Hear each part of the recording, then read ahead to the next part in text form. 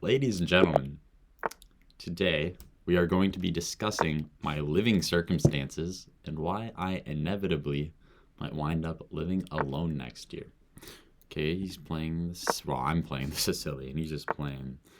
He's just playing, to be honest. Okay, you take on d4, takes, and then gonna fianchetto the bishop.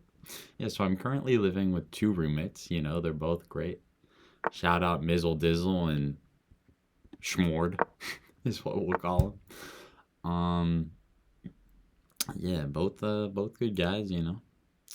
But one of them's going away, and one of them's rooming with someone else, and then I got other friends, and they're all already rooming. So you know that leaves me to be alone or to room with a random motherfucker. And comment down below if I should room with a random motherfucker, because I don't think I should. You know, I really don't. So I don't know what I'm gonna do. We're gonna figure it out though. It's all gonna be okay. You know, sometimes you gotta take what life gives you. You come to me on the day of my daughter's wedding, and you ask for a roommate. I mean, come on, you're better than this. All right. What am I gonna play?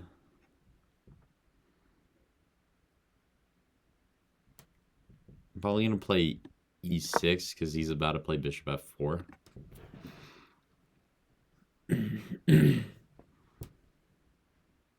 Or c4, sorry. So yeah, I'm gonna be living alone. Or I don't know, because the problem is if I live alone, it's gonna be so expensive. Like I cannot dizzle whizzle with that. So I think my parents and myself, because you know I'd rather have a roommate as well, are gonna try as hard as possible to get a roommate. But yeah, I mean, oof, like yeah, it's a huge surprise. But you know, T Town doesn't just have a ton of people hitting up his line, being like, "Hey, you want to be roommates?" It's just not happening, you know. So, c'est la vie. I wish they weren't la vie, but c'est la vie. Oh, well, I guess that's why the term c'est la vie exists, right? Because people always wish that the thing that is la vie isn't la vie, but it is la vie. Y'all get what I'm saying. Wow, he really wants that square, and he's not wrong.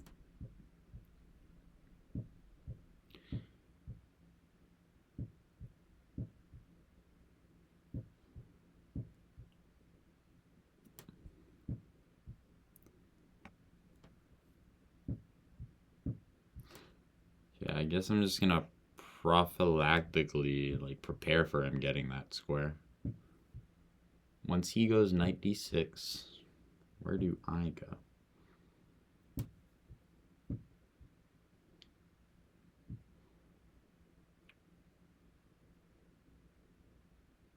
Well, firstly, knight d6 doesn't really give him anything.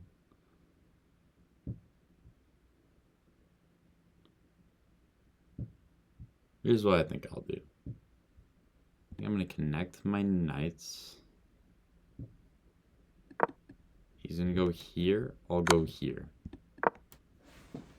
And then I'm just going to castle by hand because I already made the little opening for my king. Bishop e2. He's going to castle. Okay, he has a nice position, admittedly.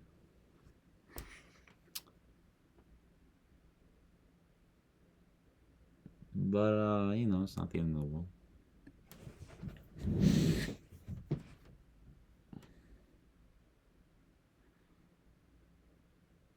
Okay, my pieces are very closed in right now. So you gotta play like this, maybe. And that. Or try to get it here. I don't know. Okay, he castles. So yeah, I think forcing a trade of the bish might be good.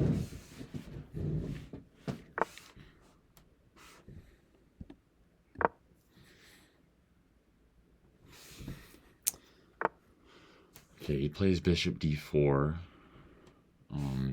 So I don't want him to have my rook, because that's not a good trade 5-0 is not a good trade. Oh, so that's the end of the game. Okay. Yeah, this has been happening a lot recently in my games. Um, it's mainly because of talking. A lot of it is also just I'm not really paying attention, and I haven't been doing puzzles, but it's, being a fan of Tobias is like being a Jets fan, you know? It's like you wanted to reach 2K, but like he hasn't even made the playoffs for 2K in 20 years, you know? Anyways, goodbye, everyone.